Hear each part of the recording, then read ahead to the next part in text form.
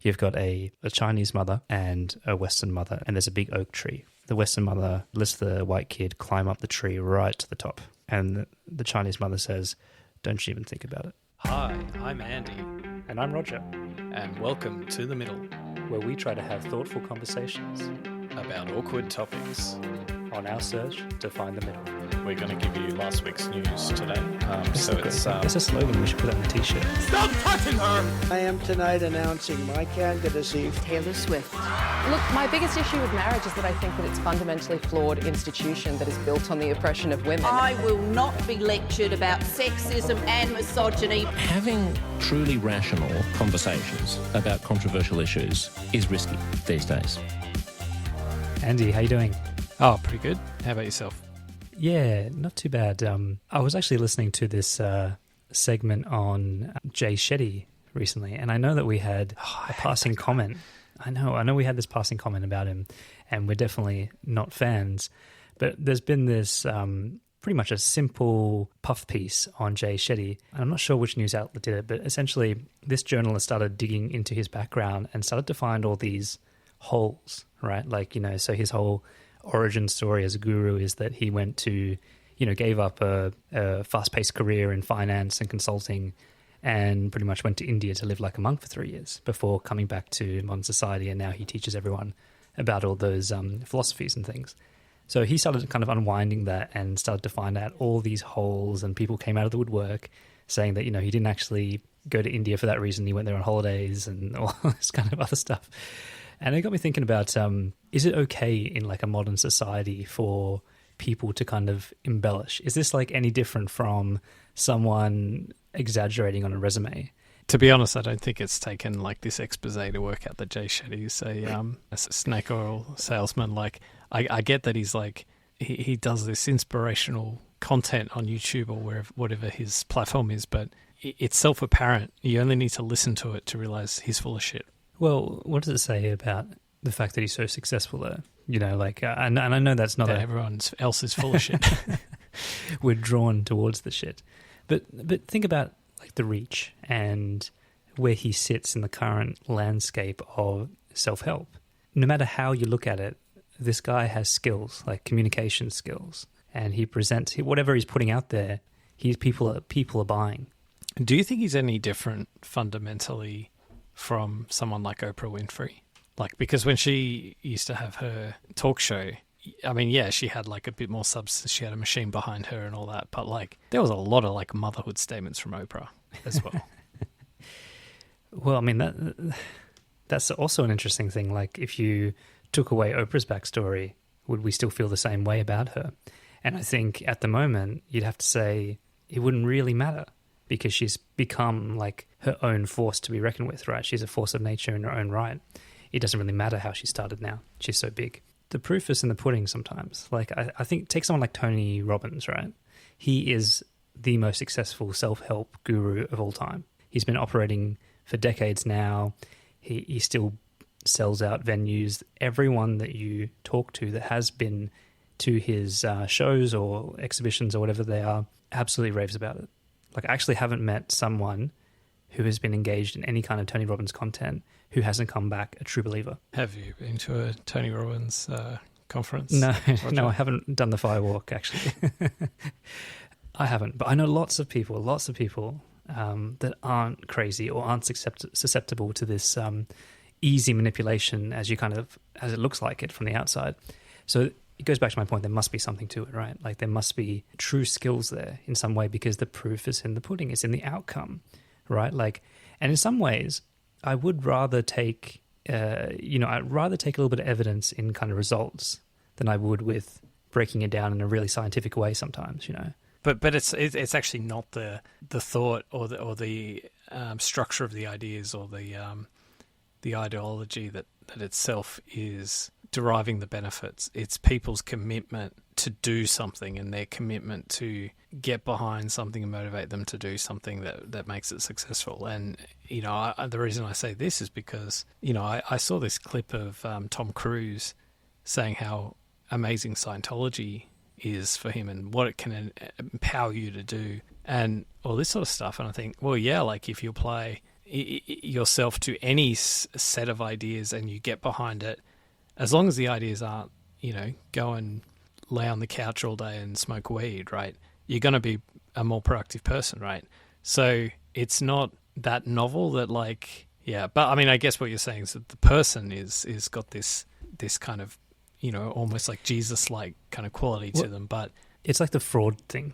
I think that's the thing. Like, you can't turn around and say Tony Robbins is a fraud after decades of showing some kind of tangible result. It's like Santa. If you don't believe in Santa, he doesn't come, right? It's exactly the same with Tony Robbins, right? And Jay Shetty. It doesn't work if you don't believe in him. Yeah, no. What's the God to a non-believer? But Santa's real, by the way. Well, in Western countries, I think some countries have to actually make the toys. So, Andy, we've talked actually quite a lot about two topics as a bit of a recurring theme, and that is, social media and how screens and modern technology and the internet is affecting us and our children. And we've also talked quite a lot about parenting, right? And lately, more specifically, this idea around what is the right balance of intervention, of, how to raise your kids with the right level of responsibility, helicopter parenting versus a more child-led independence. And I think, it kind of came to a head in a way through reading this book that we both, we both kind of did a little book club on this one. And the book in question is The Anxious Generation by Jonathan Haidt. We've both read it now, and we've both spoken at length about our opinions through our experience and, our philosophy on parenting. And I want to use this episode to discuss some of those elements, see if maybe we double down on our positions or perhaps we kind of change our view on them. We'll get into more specific elements for him, but just to give the audience a bit of a flavor of one of his, the two kind of core elements of his thesis would be that, we have seen a play-based childhood been swapped through this great rewiring of childhood to a screen-based or a phone-based childhood through the advent of social media and smartphones especially. So that's kind of one, and he talks about a lot of the negative impacts of that rewiring and what we're really missing, and also the fact that we have really coddled our kids now and that we are anxious helicopter parents that really don't provide experiences that help build our children into capable adults. And essentially this has all resulted in Gen Zs or anyone born after 1995 being the most anxious, depressed generation that are incapable of adding to society in a traditional sense. Have you, how did you feel reading that book? Did you feel defensive in parts, or were you able to absorb it and step back? I don't think my natural instinct was to be defensive. I think a lot of the book rings true to me. I mean, for me, the quintessential line of the book that I think sums it up perfectly for me is kids are overparented in the real world and underparented either online or on their devices or, social media, whatever, right? Yeah. So it's this idea that, kids don't get to really be free in the real world to take risks and learn by doing because they're not allowed out. They're wrapped in cotton wool and so on. And I think you've touched on this, your experience growing up as a 13-year-old boy with the internet and all the keys to Pornhub. No, just joking. No, I didn't have Pornhub. Didn't exist back then. So I think when my son was younger, I could see in myself this whole thing of, oh no, I've got to walk around the play equipment just in case he falls, and I've got to be there to catch him, right? I remember doing that, that kind of thing, and then eventually just, I've become more comfortable with, no, it's fine. If, this is part of him regulating himself, right? And I've almost sort of embraced it now. Now, I'm still probably cautious in some areas and more so than earlier generations. But actually, I find that my son now does not want to go as far as what I would want him to go, in the sense that the boundary or the barrier is not me not letting him do things, but actually him not wanting to do the things that, you know, maybe a parent would say no to. So, and then that actually reinforces some of the... Come on, son, have this hit of the crack pipe. What's stopping you? Well, in fact, that is actually one of the things in the data that it says that, you know, fewer younger people engage in what would be described as adult activities, like, you know, having sex and driving a car, like getting their license early and driving, and, you know, they don't do these things, right? And I kind of see that, and I do wonder, is that, I mean, not that I expect my 11-year-old to be doing those things, but you know, I don't necessarily see some great desire to go and walk around the neighborhood, right? Like, that's not a thing he desires to do. Whereas I think when I was young, I did, right? But then I guess in the online world or the social media world or the device world, however we want to call it, I think it's a very intuitive argument to, or point to say that these devices are changing the way our kids, like, it's a different childhood, right? And it's so clear and it's so intuitive to think of, well, what kind of impacts is that having? Like, when you're changing something so profoundly, what are the impacts? But how did you feel after having read it? You know, it was an interesting read for me because the core of his message was very elegant, like you said, very intuitive, especially around the phone usage and the screen time.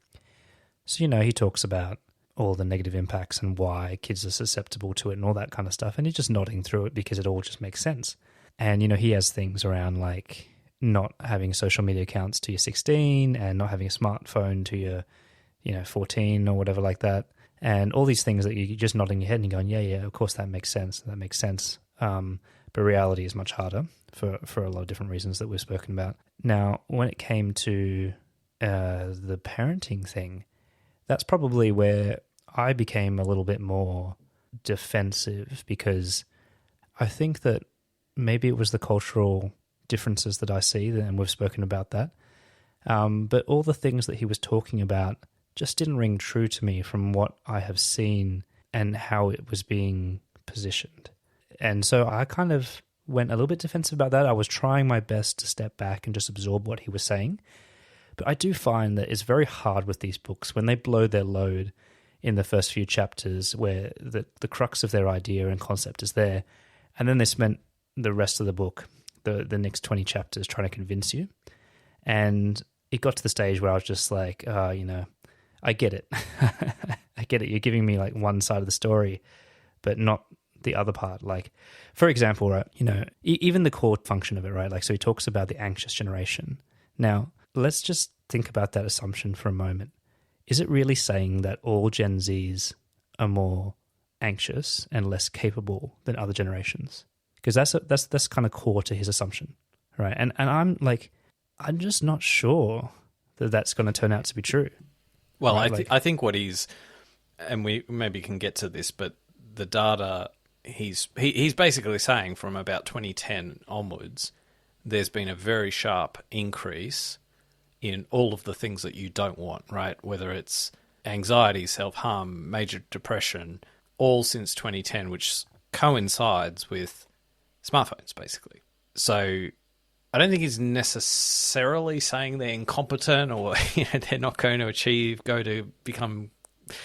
greatness, and interestingly, it could be a situation where all these devices and all this technology and social media and all of these things empower like the top 10% to be 5 times more brilliant than Gen Xers or Boomers or whatever, just because they have these tools that didn't exist weren't there for previous generations.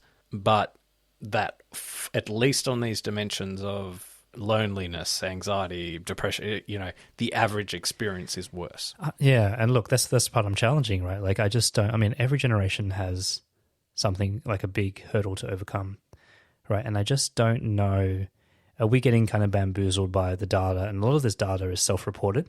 Is it not possible that in a world that they grow up in, this Gen Z and so on, that the expression of your mental state is just more celebrated?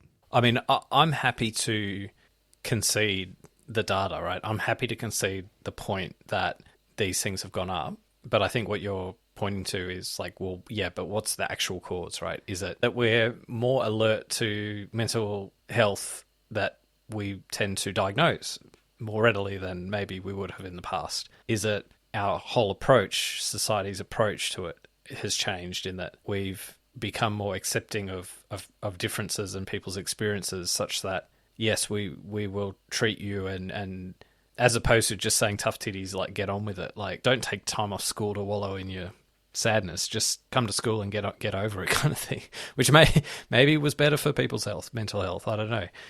Well, yeah, and that's what I'm saying, right? Like this stuff is self-reported, right? And I just wonder sometimes, like, and we've spoken about this, you and I, we're not really old, we're in the middle, right? And we work with Gen Zs and stuff like that, and they're all very capable. I don't see any kind of shocking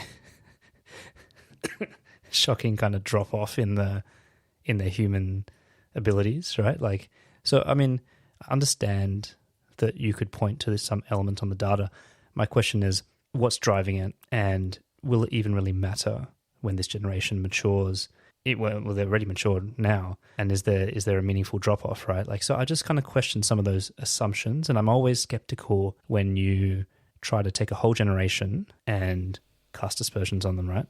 Can I just ask, are you skeptical about this from the perspective of the whole social media screen time thing, or the whole free range parenting thing, or rather helicopter parenting thing? Okay.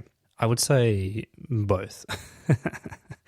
This is just the system working in a way that is the most efficient, right? Given the technology and tools that we have. And I don't think it's anything more than that.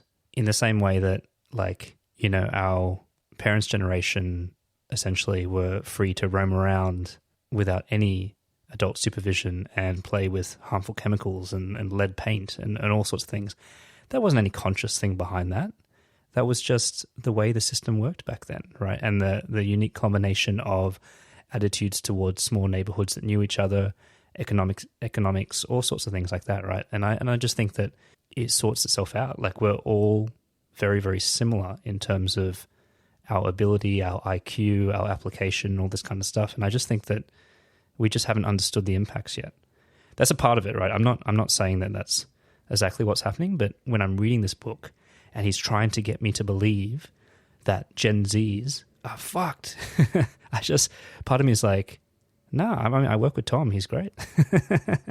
I know that's not what he's saying, but part of me just thinks that, like, are you creating like this kind of burning, sensationalized platform? Or have you manipulated certain self-reported mental health statistics to do that? Because I also know that a lot of Gen Zs I speak to, it's like the fact that they have depression is used as casually as, like, I ate eggs for breakfast. It's no big thing. They, like, it's almost part of an identity, is right. Like, if you can rattle off a few clinical illnesses, that's absolutely fine. It's like having extra pronouns. It flies better in that generation. So I just don't know if we are getting bamboozled by this situation as a starting point. So in terms of my initial reaction to this book. So I had the same thought, but then there's two things where I'm not 100% sure it's just that. The first is it also correlates with actual physical self-harm, either through suicide or actual, cutting or whatever, So this ain't just people sort of saying in a survey that they feel, depressed or whatever. This is there is data showing an increase, of actual kind of things which they're not self-reported, put it that way. So I'm kind of sort of willing to accept the data for what it is, that it is actually a real thing. But where I'm a little bit more skeptical of all of this, and accepting that the whole smartphone thing, it came in 2010, that seems to be sort of the year they were all popularized. It makes intuitive sense. So, like, I'm not, like, the intuition behind, the logic behind what he's sort of putting forward in his thesis is, like, for me, like, reasonable. But nonetheless, his whole analysis is, like, pretty much univariate, right? It's pretty much, this thing happened in 2010, this other thing happened in 2010, therefore the thing that happened in 2010 caused this other thing that happened also in 2010. And there's not a lot linking those two in a really precise way. There is some data that he talks about in the context of hours of social media use. So people who report using more social media use in a week tend to be more depressed or whatever. But that can go the other way. That could be people who are depressed tend to use more social media because it gives them some joy or comfort or whatever. I don't know. But for me, there's just like not a lot of analysis in the book in terms of, other than speculative, right? Linking like what's the actual instrument through which picking up your smartphone causes you to be depressed, right? Yeah. So he talks about social media and particularly with like girls and how they tend to be like the social dynamics of it, and how, you know, that like physical appearance and kind of filters and bullying, online bullying and all that sort of stuff. And yeah, there's no respite from bullying, but sure, I think that's a real thing. But then what about boys, right? How do you explain, like, because that tends to happen less for boys. So, yeah, we could talk about some other aspects like gaming and stuff, but yeah. And look, it all makes sense and it's part of a narrative, but you're right. Like, univariate is a really good way to put it. Like, can you really blame such a cascading course of events, chain of events on one thing? I'm not sure, right? And does it even matter? Will it sort itself out? Now, putting that to the side for a minute, I want to talk about the main two elements that he's kind of promoting here. And obviously, you know, one will be more on your side and to come for me around phones, and one will be, you know, up for me to defend my my attitudes on parenting, right? So it's kind of evenly weighted here. So let's start with the phones, right? So he presents a pretty damning picture of allowing your child to, I suppose, engage in screen time of anything more than an hour a day, and access to smartphones, especially before the age of, 13, 14, with no social media accounts for 16. Now, I want to just kind of off the bat get your take on that, because obviously that's not what the situation, the lived situation that you have going on at home. Yeah, so just for those who don't follow the screen time habits of my 11-year-old son, just to recap, my son got a phone earlier this year because he is now catching the train to school, and we wanted him to have a phone for predominantly that reason, for security and just knowing what's going on and all that sort of stuff. But that said, all of his mates have phones, or at least I think I've previously said about 50-50, half kids in of his friendship circle have phones, and probably the other half are going to get it sometime this year. So it is this now pervasive thing, right? So he does have one, but even if I'm completely honest, even before getting a phone, he has had access to devices where he's watched, YouTube, or he hasn't used really social media or anything like that, but he's got a computer, right? So the whole online thing is not a new thing for him, right? So I guess just to answer your question in terms of like reaction to this notion that all this stuff's bad, I think so far, and I think we're going to be clear, or at least distinguish between the internet in general, and he does this in the book. Jonathan Haidt sort of distinguishes between the internet and social media, and they're not the same thing. So my son has used the internet insofar as like watching YouTube and all that kind of stuff, and maybe if you want to count YouTube as social media, although it's a little bit different, but he's not really accessed social media. But he does now have Discord, which, like, for anyone who doesn't know what Discord is, it's a little bit like a chatting thing for people who play games and stuff. And so he does have like these chats with his friends and stuff while because he plays video games, right? And I think back to when I was growing up and when I was his age, I'd come home from school and I'd watch like 3-4 hours of TV. Like, honestly, like I probably was watching that much TV. Now, my son is at school all day, then he goes to after school care because his mates are there, right? So he plays until pretty much 6 o'clock. He comes home and then he uses some devices, right? And he probably uses his devices less than or the same time as what if I got home at like 3 o'clock, would plonk myself down on the couch and watch TV. And I want to ask you this, having read the book, and using your own judgment, what is worse? Sitting down on your own, watching TV on your own, or playing video games, chatting with your mates, talking to your mates even, through social media, which has unlocked this new environment. Like, for me, I think that's part of what I didn't like about the book, because it compares it compares gaming, or like talking to your mates while you're playing games, it compares that to like going down to the park and kicking a football, as though that's the correct comparison.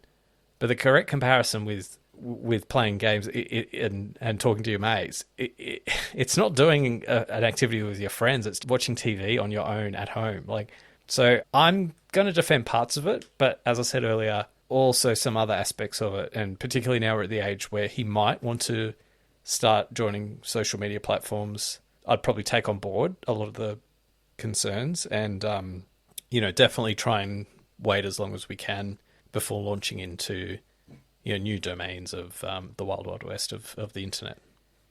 Okay, so I'll answer your question directly. So if you are comparing, if the comparison is sitting your ass down at 3 when you get back from school and watching Teenage Mutant Ninja Turtles and what other trash is on for, although I love that show, is on for the next 3 hours on daytime TV on the 3 channels you have available to us back then, versus, chatting to your mates, messaging, sending funny things and stuff like that. Yeah, I will concede that is better, right? Because it's human-to-human interaction. So that's my answer on that. But I think what Jonathan Haidt is saying is that it's the fact that social media is so much more inviting, and that it taps into, like neuro-behavioral kind of economics and things like that, that it makes it addictive, and that they choose to spend time on these platforms. And he includes YouTube, and he includes Fortnite and all these kind of things on there, these gaming things, that they choose that over real interactions with friends. Because I think that, like, obviously I have memories of vegging out and watching TV, although I wasn't allowed to watch too much TV growing up. But if you had the chance to hang out with mates or go for a bike ride or have some ruckus around the neighborhood, you would do that over watching TV, right? Like, you wouldn't... I don't remember choosing TV over hanging out with mates. Well, now we can get to this later, but now parents wouldn't let their kids go out and kick around the neighborhood, right? That's I don't know. Like, okay, well, answer that question. Let's play some tennis, right? So I've answered your question. So would you agree, though, that, if I called you, not that we were mates at the time, but if I called you up and you go, Andy, want to come out and kick the ball, or, go to local shops or whatever, you'd be like, nah, I'm watching Ninja Turtles, and I intend to watch that, and then Home and Away, and then The Simpsons for the next 3 hours. That's not what you would have done. No.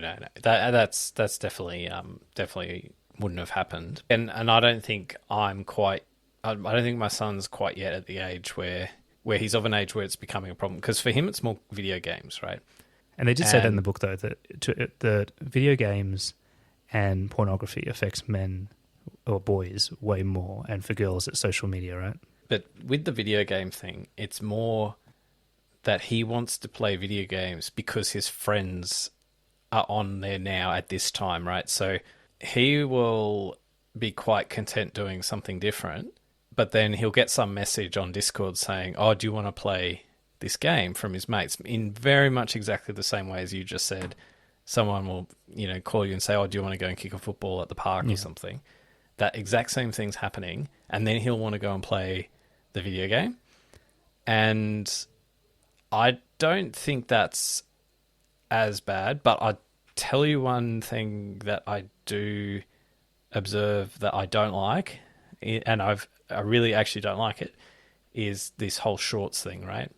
So YouTube shorts, whatever, I don't know, whatever the TikTok kind of style, short format videos, and I do not like that, right? So I've talked before about how I'm actually like a little bit of a fan of like YouTube in general, because I see there's so many so many how-to videos or educational sort of adjacent content, but I see that getting displaced by freaking cat videos, right? And that drives me nuts. Okay, so I think that's what Jonathan Haidt was getting to the heart of, right? That choosing virtual play over real play. So that was the first point. Now, on the shorts thing, right, I have a little bit of a laugh for this one because I remember us having this conversation between us when we were doing the YouTube video where you were just like, oh, yeah, YouTube's not really shorts. That's like a Johnny-come-lately that is not going to last, right? People will get over it.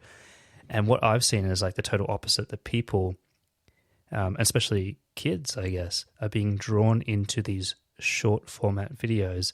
They are legitimately, like as an adult, you can step back and say, these are legitimately lower forms of entertainment. You know, these are attention-grabbing headlines shouting at you, trying to get your attention in the most cheap, vile way possible, right? But it's taken over because it's not about producing a piece of art that's worth watching. It's about just grabbing attention. And I think that's the insidious, like that's the really horrible road they're going down. And I don't know, I mean, everyone's responding to the success of TikTok, right? Because that's what they're competing with. TikTok were the first to do this, 60-second video, and that plays one after the other, and you don't have any, it's just all algorithm driven, right? You don't have a search kind of thing, or even a choice at the end. It just plays the next one and hopes it gets it right. And all the platforms are doing it now. You've got Instagram Reels, you have YouTube Shorts, TikToks, of course, Facebook videos that do the same thing. And yeah, it's just this race to the bottom, right? And it's like the lowest common denominator turned into a 60-second video. Can I ask you, do you remember, like, when we were young, like, and I don't just mean high school, I mean probably primary school age, and The Simpsons was sort of relatively new, but at that stage, that there was this whole, like, moral panic about The Simpsons, like, corroding our youth. Like, you know what was really funny, though? So totally agree. And my parents are Asian, obviously. They had two things that they despised me watching. One of them was The Simpsons, which was a real problem for me because I loved The Simpsons. Like most people our age, I grew up and most of my comedic backlog is built on The Simpsons. But they also put Neighbours in the same category. Like they just thought that if I watched Neighbours 2 days in a row, my mind was going to like melt into like I would second that. It was pretty trash. I mean, I didn't like it anyway, right? It was like the high you felt off The Simpsons came crashing down when Neighbours started directly after it when you were growing up in Australia. But anyway, there was moral panic around it. And yeah, I think that coming back to my earlier comments, just because you don't like something doesn't mean like the adults aren't always right. I was just going to say with The Simpsons, like it's amazing how situations change because, having said like, it drives me nuts when I see my son watching shorts. Like I was delighted and like overjoyed to see him watching The Simpsons. but this is the thing, right? Like even this, you can strip it back to this idea that even something like The Simpsons, which to a boomer seems like the most ridiculous thing. Why are you making a cartoon for adults kind of thing, or young adults or whatever? It's still a form of artistic expression. Like the product is the art. Now you can see through the marketing of YouTube Shorts, Reels, all this stuff. It is preying on the most base neurological impulses that humans have. And that's the part, like, you can see it, right? Like, it's about attention. There's a lot to answer for when it comes to that, like these inquiries about how meta and all these things are happening, because there are absolutely conscious steps made to hook and addict people in the same way that, say, like a pokie machine would, right? Like that has been demonstrated through time and time again that this is happening. Like, why would we, and that's part of the book, right? Like, why would we offer up our children and their attention, their minds, their dopamine response, and ultimately their data? Like, why would we sell them to this company, right, without getting anything in return? Yeah. I mean, look, just to wrap up the social media / internet / device / whatever smartphone side of this, like I'm treading very warily, right? So as I'm sort of thinking about, like, so I do think there's like risks. I think there's a lot of like missteps, right? But I think, and maybe partly where Jonathan Haidt, I think, undersells it somewhat, is that there's like some missteps, but there's also some really good opportunities in it too. And I've talked about like the socializing thing, like, and I can see how that's like how my son connects with his friends, right? And not all kids in the schoolyard are like going to connect on the football field kicking a soccer ball, right? Kids are different. They've got different interests. There's like a spectrum of interests, and it can be sometimes that vehicles like through social media, like if we count like gaming and like this is another form of like how kids can learn teamwork, how they can learn to work together, how they can build stronger relationships with their peers. And actually just one thing I do want to really press is that I think Jonathan Haidt like paints this picture as though kids are like all day on their devices. And I think as parents, that's kind of what we see, because that's the part that drives us nuts, because they use their devices on our shifts sort of thing. But like we have to sort of remember they spend the majority of their time like at school, as I said, after school care in my son's case, like from like 9 to 6 p.m., which is a pretty solid piece of time. He's not using his device. He's playing in exactly the setting that Jonathan Haidt says is optimal and ideal. He's climbing trees. He's mucking around with his mates in the schoolyard. He's learning. He's playing tip, handball, all that sort of stuff. And I do just wonder just how much of a dramatic change has actually happened. You know, yes, they're coming home and they're using social media and devices and all that sort of stuff. Well, are they using it at school? No, they're not allowed to have it out at school. Yeah, there might be different experiences in different schools. I know in where we are in New South Wales, it's a whole of state requirement to put the phones away and not have devices at school, including high schools as well, I think. I'm not sure exactly how it's implemented in high schools, but I know that internationally that might not be the case in America and so on. And that's one of his policy sort of suggestions. But yeah, I mean, I'm like, really what we're talking about is like, at least I'm sort of reflecting only on my son. Like the alternative is he spending 2-3 hours watching TV, or is he spending 2-3 hours, watching YouTube with the odd bit of gaming with, some chit chat with his mates on his phone. Like, yeah, it's actually the margin of the day, not the bulk of the day.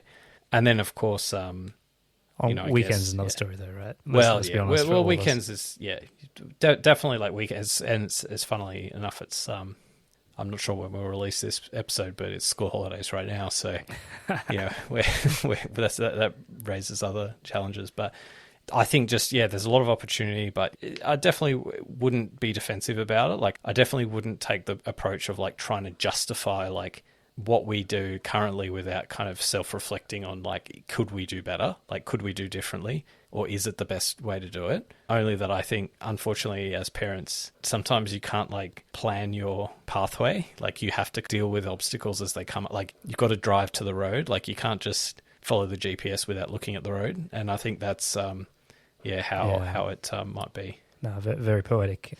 I'm going to ask you one final question on this before we move to the parenting and independence. The real world. The real world. If if it got to the stage where you're just like, look, the boy is kind of addicted, in lack of a better word, addicted to his devices, gaming, all this kind of stuff. I want to make some changes, but all his friends are on it. I'm going to call up the parents and being like, look, we can't have the kids playing for 6 hours straight on a weekend or whatever it is. What do you think that conversation would be? Would they tell you to fuck off, or would they actually go, yeah, look, I hate it too. Let's get together and teach him ultimate frisbee or something. I don't know. How would it go, right? Like if you actually had to kind of, because that's something that he talks about in the book, Jonathan. Yeah. That you have to move together as a community. Like, what do you think? Yeah, I I think that's very naive. The one thing we know about parents is other parents do not like any suggestion that their way of parenting is not up to scratch, right? Yeah. That's a very sensitive thing to raise, right? So let's say you're the parent who is on the warpath against devices, and you start contacting other parents, say, hey, your child tends to use a lot of devices or has a lot of time on their devices, and I've noticed that that's not going to fly, right? That kind of a conversation. Because sure, the natural reaction for the other parent is basically, how dare you Like, what fuck off. Like, this isn't, how are you to judge me, my child, and our approach to parenting? You can't play with him, your friend, anymore online.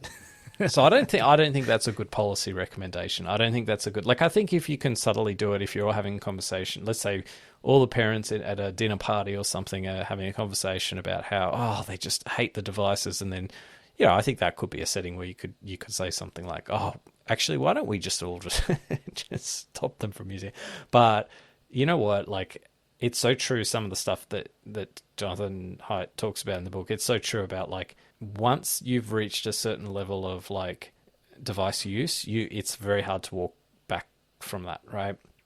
And I think the best lesson or the best tip for any parent who's come to the realization that they want their kid might be getting addicted, or they want their kid to use devices less, the best tip is not to try and fight it at some kind of philosophical level by creating some new limit on screen times, or convince your child that, like, they need to understand why it's bad, or you're not going to win any of those battles, right? But you just have to, like, give them other things to do. You just have to take them out. You have to make sure they're going to the movies, going bowling, going to putt golf, doing sport. You have to take them out. You have to invest your time to keep them busy doing things other than using their devices, because they're going to default to their devices if it's their free time. So you've got to give them less free time. So what about taking their devices? And letting them just languish, like roll and writhe and watch free-to-air TV? I don't think parents should be as, like, toothless as to just think that they have no powers over kids and their use of devices and so on. But I think if you have to do that, I think you've missed some easier and earlier interventions that you should have made. I knew someone in the office, Andy, that their go-to move was actually changing the Wi-Fi password. So they would regularly just change the Wi-Fi password, and literally she would tell me that her kids and teens would just literally, like, writhe in withdrawal for the next 24 hours. Like, it was a huge thing, right? And they would just hound them for the Wi-Fi password. It was like I think the white lie, just say, the internet's just not working, we're trying to fix it. But I guess it doesn't work so well if they have a mobile phone where they have 3G access, 4G access or whatever. Yeah. Well, if the parents are paying for it, they can cut it off. All right, so I think we should turn to the real world. So I'm going to rehash on your behalf, because I think we've talked a little bit. I don't know if you would describe yourself as a helicopter parent, because I think that term tends to be used disparagingly rather than more like an aspirational tiger parent, but just not a real one. Yes. So, like, we've had conversations like the one about the train, right? Would you let your child, like, is it appropriate to let a child ride the subway on their own, or mass transit on their own, or whatever? And, I think we've agreed to disagree on that in the past, but not necessarily to rehash the subway example, but more generally, given, I think, well, at least compared to me, I think you're probably a little bit less willing to, give a little bit more slack on the leash, so to speak. Has this book influenced your views, or did you get into fight or flight mode with this? Yeah, it was definitely fight mode. I was trying to listen to him, but unfortunately it did come across just as very self-righteous, like everyone's, foolish and so on. And I just kind of, I don't buy it. I understand that you can coddle kids, right? And you can be overprotective, and that kind of, creates this whole failure to launch and all this business, right? But I just, you know what it is for me, and I think I've spoken before, I'm going to go straight to this, right? The Asian style of parenting provides kids with a lot more attention, a lot more instruction, a lot more protection for longer. But then when it comes time to launch, the expectation twists around very violently.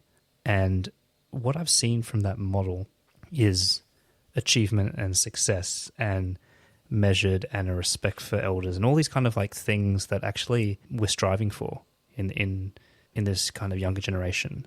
So I don't see I don't see these Asian people that I've grown up with who have had these, the opposite advice of what he's he's kind of talking about, and I'll go into that specifically for our listeners, I don't see them like being these weird man-child babies that are hanging around, incapable of starting a family, career success, prowess on the sporting field, or not being able to look people in the eyes and retreating into the virtual world. I've seen quite the opposite. Just to push you and test the limits of your proposition, is it, when you say like a lot of success, a lot of like, all of the metrics you've sort of indicated as things that you want to have in a successful young adult, or, well-developed, mature young adult, is that not just an extension of that style of parenting promoting like living out or fulfilling the vision set, like, of how you're supposed to be? Like, so, and I guess where I'm going with this is there are a lot of very happy, unsuccessful people in inverted commas, right? So I'm talking about people who move to the country and work in very rudimentary basic jobs, don't meet a traditional measure of success, but are actually well-balanced people, happy. Yeah. Maybe think about other things. So let's call a spade, right?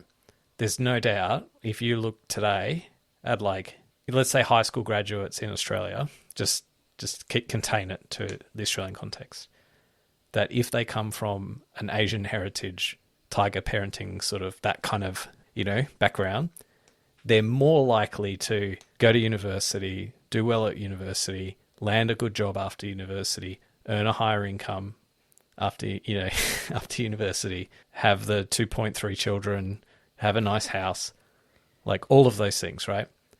I think, statistically they are more likely. But is that the measure of success? Let me give you what you want. So the downsides of the parenting structure that I'm familiar with, I have spoken about openly on this podcast and on the show, that if it's overhand, if you don't fit into the mold and you don't have enough will to push back at different junctions in your life, you can be deeply unhappy because you're halfway up a mountain that you do not want to be. And I found that elements of that myself, that actually I feel resentful that I wasn't encouraged more at crucial parts of my life to do something that I was passionate about and therefore would give me more fulfillment, rather than what was the right choice, from a success or point of view, right? Like a economic survival point of view. And yeah, that's the downside of this kind of thing, that, like you said, happiness is based much more on than middle class success of career and lifestyle and academic achievement and things like that. So I will totally concede that, and it's one of the reasons why I'm so conflicted about the upbringing. But what I'm talking about, though, is Jonathan Haidt's claim that some of these elements where you don't give kids independence from an early age, that you end up with key parts of their character and their adulthood and their functioning missing when they grow up. And that is the part that I'm pushing back against, because the tiger style of parenting and just the Asian attitudes towards parenting are very high intensity, and there are helicopter elements of it, although not in the way that is stereotyped, but the expectation is there. And actually, like I said, you don't see people who are these like bumbling idiots that are incapable of social relationships and other things like that. So that's the part that I instantly react to, that I don't think the two are related. I think that it's this weird longing for this nostalgia for a bygone era where you could, that your youth was the set of Stranger Things and you rode your bikes around with everyone, right? Like, I just think the two things are getting confused because of this very simple analysis on the situation. So there's some key touch points where he's making the general observation, and I'll put my cards on the table.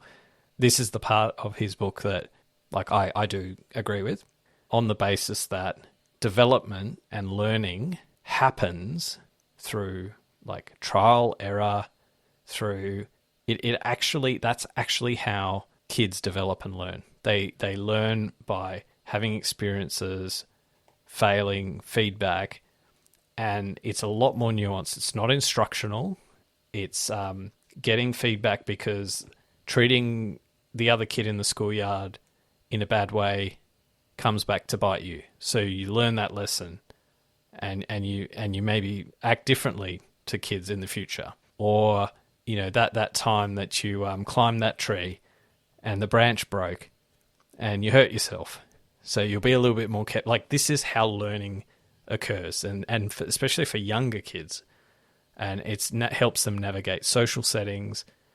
It helps them navigate the real world. We've talked about the subway example. It builds resilience, all of these attributes. Now, I'm not sure that when you talk about like let's say the Asian or the tiger style of parenting, that necessarily, like, and maybe, like, obviously I wasn't brought up in an Asian tiger parenting situation, so I don't have any experience, but so maybe this is as much a question as anything else. But is it just that you're taking what he's sort of claiming and maybe perceiving it as like, well, not a criticism, but as though like, and maybe seeing like your approach or the approach that you experienced growing up? Because you did say earlier that, yeah, you would go out and like kick around the neighborhood, right, with your mates. Yeah. And look, it's such a I think the problem I have is it's such a whitey, simplistic way of dealing with the situation, right? Like it's such a kind of Anglo view of it. It's like, oh, you know, like, okay, thought experiment time. You've got, and I've seen this in real life, by the way, so maybe not such a thought experiment. You've got a Chinese mother and child and a Western mother and child, and there's a big oak tree. And the Western mother, or let's say dad or mother, lets the white kid climb up the tree right to the top. And the Chinese mother says, don't you even think about it, right? So Jonathan Haidt would look at that situation and go, this white kid is going to learn all these valuable lessons. And like you said, if the tree, he's going to know which ones to go on. And it's going to have this ripple effect in his life where he's going to understand risk better and be empowered and feel confident. And this poor Chinese, you know, sitting there impotent, not being able to play, forgotten his, you know, cosy at the swim party. And he's just never going to learn how to navigate. Bullshit. So you're acting like that tree, that simplistic tree, climbing a tree that and again, it's just this nostalgic thing around like, oh, I remember when I used to climb a tree, and it's probably this shrub in their backyard, right? Like, is it not possible that the Chinese kid could learn to go home and the mother or the father teaching them how to use a fucking meat cleaver to cleave through bones and help with the Chinese dinner is going to teach them the same thing about risk and handling a sharp object? Is it not possible that they would get the same kind of idea of navigating, you know, beggars when they go down to a cultural festival or Chinatown or something like that? There's a million places you can learn the richness of all these lessons. It doesn't have to be climbing a fucking tree, right?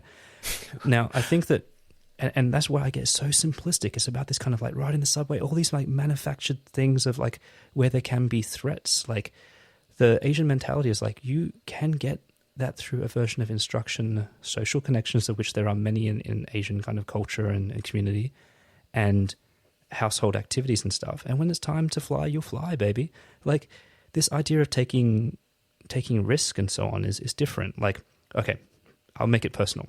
So I only learned how to ride a bike when I was in year 7, and I taught myself in my backyard.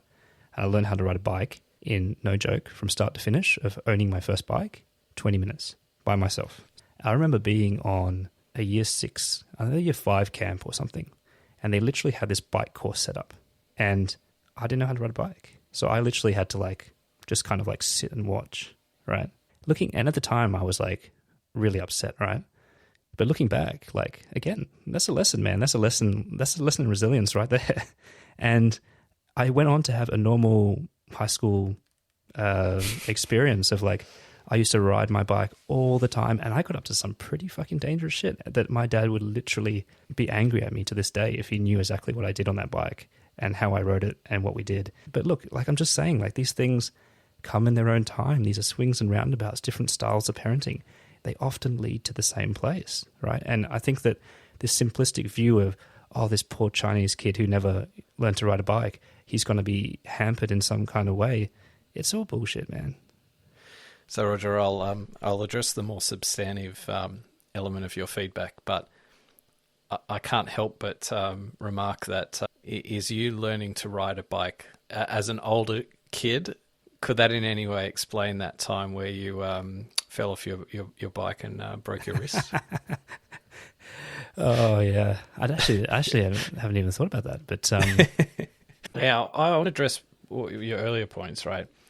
Well, firstly, I think you're mischaracterizing what he's saying, right? He's not saying let kids take like really unnecessary risks so that they learn something, right? That's not what he's saying at all. He's not saying that there isn't a role for parents to put guardrails or to, kind of say, hey, you're about to do something really stupid, don't do that. That's not what he's saying at all. He's just simply saying that like we could think about this as an optimization problem, right? So there's some sweet spot of risk that you've got to take with kids, as in if you take all of the risk away, you take such that there's zero risk, and then they're going to be effectively wrapped up in cotton wool, never allowed outside, and yes, they'll be physically safe. There'll be there'll be no danger for them, but they won't develop, they won't learn anything, right? Then at the other end of the spectrum, you've got just basically let your kids do whatever the fuck they like, right? Just don't even worry about being parents, right? Just let them go out and fend for themselves and go on the street and just, everything will be fine, and then they'll learn. Yeah, well, that's why households are the most adjusted out of all. They're just spending lots of time outside and have a good childhood. So he's not saying that latter model of just let them do whatever is the optimal, right? He's saying that there is an optimal point where they learn by doing, where they engage with the risk, and then that provides them with necessary feedback that kids need to either learn to fit in social settings, learn to navigate the urban environment. He literally uses the example of the tree. Yeah, but because it's a metaphor for the broader point, right? So if this is an optimization problem, he's saying we have gone too far to let's keep them locked up inside and wrap them in cotton wool end of the spectrum, right? And that's come at a cost, right? We can't just say, oh, well, that young people are well adjusted nowadays, right? We work with them and they're okay. Because on this podcast, we've done nothing but slag on young kids, right? But we always end up right? that they're still turned out okay, though, right? No, but they're not. But we talk about how they're not resilient, right? We talk about how they can't cope with challenges, right? We've talked about that on this podcast, and there is a difference, right? There is something in the younger generation that not to sound like an old that makes me sound like an old fuddy-duddy or whatever, but they are not as resilient as previous generations. Like part of what he's talking about is like the data, right? So he comes back to all of this stuff around depression. Now we've had the earlier conversation about, is it really a thing? Is it, and look, I'm happy to accept that it's there. So, we can debate about whether it is a thing or not, but I think this is the kind of the challenge he's trying to unpack. Now, you mentioned, you gave an example. You said, well, all right, so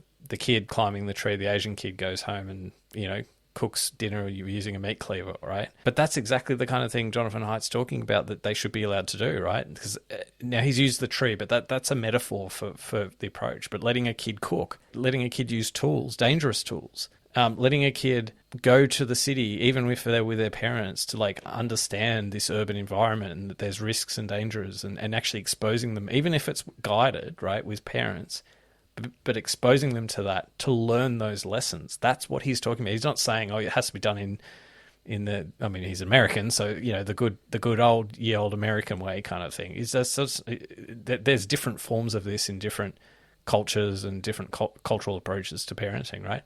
And I have to say, I know tiger parenting is a different thing to just I don't think it's synonymous with Asian parenting per se, but when I lived in China, right, mainland China, that is, they actually also have a very loose way of parenting, right? The kids are allowed to kind of play out in the street. They're allowed kind of out. They walk to school themselves, even young toddlers, sort of thing. And then there's that famous show on Netflix with Japanese kids that, go to the shop and buy groceries at they're toddlers, right? So I don't think it's necessarily an Asian kind of thing, because then because you do have these examples, where they're actually quite liberal in the sense of letting kids do more things, right? I just wonder how much nostalgia this guy has about it, right? Nostalgia for a time where everyone didn't lock their front doors kind of thing. right? Like, why do people lock their doors nowadays? Well, it's probably a perception of risk, right? There you go. Like a lot of this, your approach to this topic is almost certainly going to be informed by your own personal experience, right? Whether as a parent or either yourself growing up, right? And like for me, I see the difference. Like, and this informs my view, right? I've seen the difference between, when people have, or kids, younger kids, including my peers growing up, like you can see differences, right? You can see like who are the leaders? The leaders are the ones who've been pushed and encouraged to do things that that they a little bit out of their comfort zone, right? And that's kind of the same thing as I think what he's talking about too. It's like getting them to do the next thing on their list of development things, right? He talks about that in the book. He says, pick something like some responsibility, right? Take on some responsibility. Like this is part of the journey, right? It's not just about sticking your kid up as high as you can on a tree to teach them if you fall, it really fucking hurts. So that's not what he's saying. He's saying it's all about building responsibility. And I've seen it in various young people I know and so on, right? But just even those words, Andy, it's about building responsibility to help kids learn or whatever. Talk about a motherhood statement. Like, I mean, what parent doesn't agree with that? Like, well, no parent would disagree with that, but right? Then where's the argument then, right? But where's the value in the book? Well, because he's saying, well, we're not doing that. We're not giving them responsibility. We're not teaching them responsibility. We're taking the responsibility off the kids, right? We're not saying to the kids, if you're hungry, go and cook yourself something to eat. Before they even tell us that they're hungry, we jump and cook them something to eat, right? It's flipping it, right? It's like, as parents, like... I know, but it's just different styles, right? Even that is just like a red herring. Like, the fact that your kid, you'd rather make him a grilled cheese instead of him creating a tornado of mess in your, on a weekday, that doesn't preclude you from the fact of, like, teaching him, like you said, in the school holidays, you and I are gonna barbecue for the family, right? Like, there's 1,000 ways to do it, and I just kind of think that, like, it's like when you meet those people who are just so proud about making their bed. It's like the worst thing in the world if your child, no matter what age they are, starting all the way down from like 2 years old to up to a teen, if they don't make their bed, they're a degenerate. It's like, come on, guys, come on. Well, my bed's not made, so I agree with that. What I truly believe is that if you survive your tenure of high school without major trauma, no matter how you're parented, you will emerge into the adult world fully functioning. That's what I truly believe. All right, so let's do the Steelman game, right? So I'll give what I believe is the best case for what you're saying, and then you tell me if I've got it right. Which is that, basically, if you've survived childhood, you don't meet too many kind of 18-year-olds or maybe 25-year-olds just to sort of cover the stragglers, right?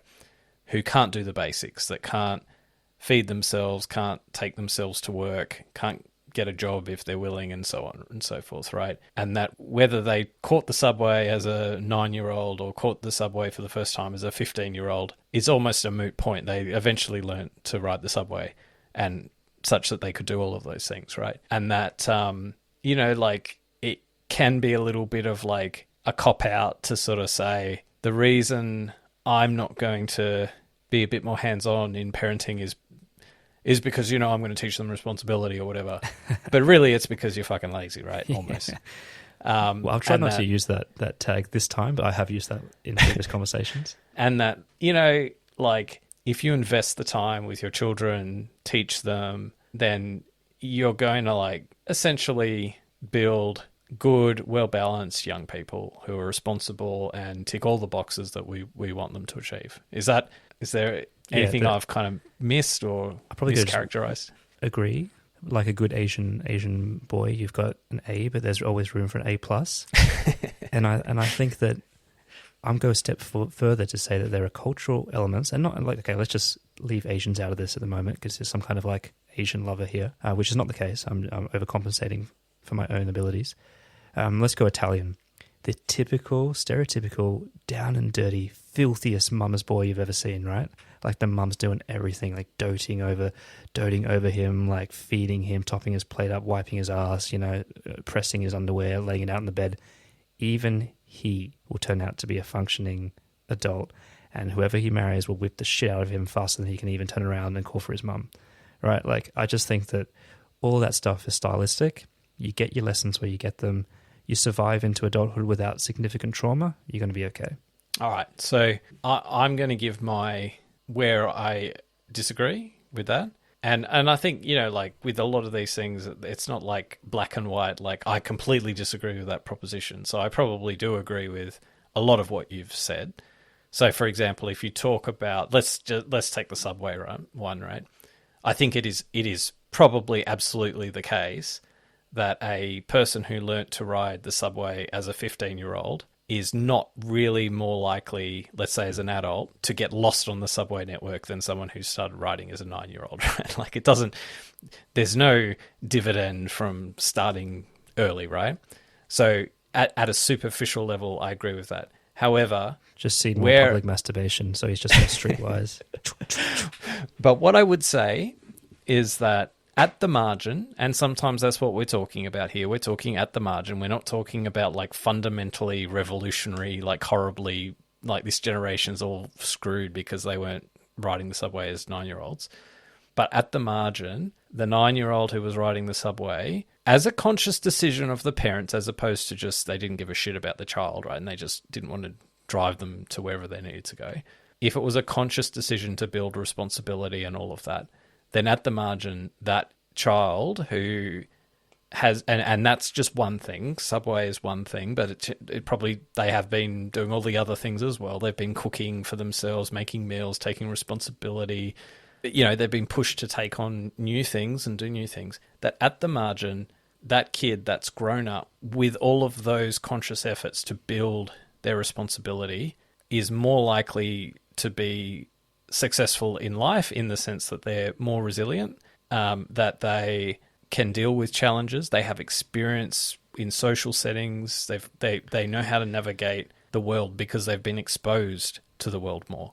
And I think that does make a difference. Now, when you're comparing to like other parenting styles, I think one of the issues is like different parenting styles probably build different strengths in children. So it can be that other parenting styles that focus on certain things might build other strengths in children more so than another parenting style, right? So that can be a thing as well. But at least in terms of some of the things talked about in the book, I think, I agree with it, right? Agree. Look, and if Jonathan Haidt is speaking to that one parent who thinks they're doing the right thing by not letting their kid do anything at all, and they reach them, then mission accomplished, right? Drop that banner down quicker than George Bush can say, whatever. But what is quite interesting is this idea that if you can achieve all the things that you've spoken about, but in a simulated digital setting, does it work? Because he would have you believe that it doesn't. But in certain applications, I'm not so sure that's correct. Like, you hear about the F1 driver who's only ever had, tens of thousands of hours on the simulator, and they come out and they place podium on their first race, or the runner who has only had treadmill work and then won the marathon. Like, I think as digital applications become more and more accurate in terms of their simulations, there is a place for that, and there already is, right? Like, a lot of training is done on flight simulators, medical operations, things like that, in those kind of things. I know he's talking about social settings and stuff like that, but I just want to say that, like, to your point, it is very one-sided, right? Like, it is very one-dimensional, the way that he's talking about the dangers. And look, I'm sympathetic, and I believe all of the stuff he says makes sense. I struggled a bit more with, and got a bit more defensive about the second half around the helicopter parenting, just because, like you said, it hasn't been my experience, and I know lots of people that have actively had the opposite of what he's advocating for and turned out fine. And yes, if I take some of his stuff a little bit less literal, I can probably extend a friendlier version to what he's saying. But at that point, I have to almost change every example he uses to make it work. So that you've lost me. But yeah, look, I think that, I don't know, maybe it's because I haven't met someone totally useless like this. And maybe the people that I meet that are total dead shits or just useless, I think is in spite of how they've been parented. Like, I think it's just them. Just to give a little bit of, I know I'm sticking up for Jonathan Haidt a little bit, in at least on the Tiger parenting stuff. I'm forcing you to, unfortunately. I'm sorry about that. Well, for me, what a lot of the free-range parenting stuff was framed around was not actually evangelizing it, as opposed to just simply saying that this is moving in the wrong direction, right? It's becoming more and more and more and more frowned upon to give freedom and responsibility to your kids, right? So he gives lots of examples where it's like, now parents are being told that they can't leave their kids at home alone.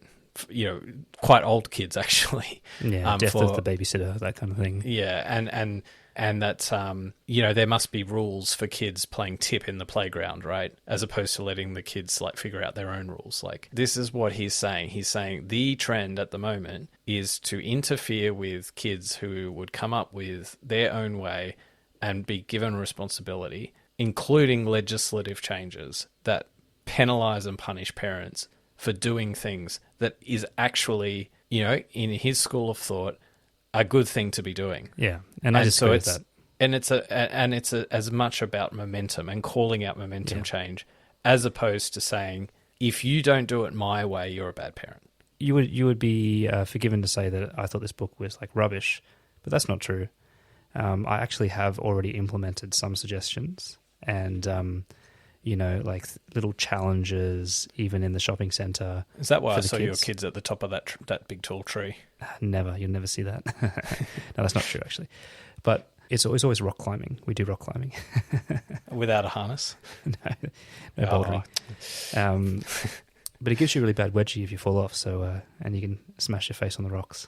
What I've realised is that you want to almost put your kids in situations where they go, where after achieving it or after completing whatever it is you set in front of them, they're surprised and they're proud. Instead of the other way, which I find sometimes happens, where you're shocked that your kid could do something that you didn't think they could do, right? And I think that mental shift sometimes is a good place to be in, because I found myself on both ends of that sometimes, and you're like, oh, I didn't think you could do that, right? And they kind of shock you and they surprise you, and you're like, well, maybe I should have not only thought you could have done that, but provided an environment where if you wanted to, you could, right? Actively done it. And I think that's the kind of the mind shift that this book has put me in terms of that parenting side. The first part around the phones, it is horrifying and scary, especially with daughters. And I agree with everything you're saying. I just don't know how to keep it up, because like you said, the strategy of calling around the parents group and saying, hey guys, can we give them flip phones from the 90s or Nokia bricks until they're 16, that ain't going to cut it, So it sounds good, but really, what are we doing here? How are we going to do this? How are we going to do this? You know how sensitive girls are around social settings and comparisons. And I just talked about my daughter and getting her ears pierced and things like that, because all her friends already had it for years. How is this going to work? Give me something, right? Because a group chat saying, hey, how about we all make a pact that we don't give phones, that's not going to work. Right. And I don't know, someone help me out. All right. So what do you got planned for this weekend? This is my son's full moon, which is another Asian heritage, where This is like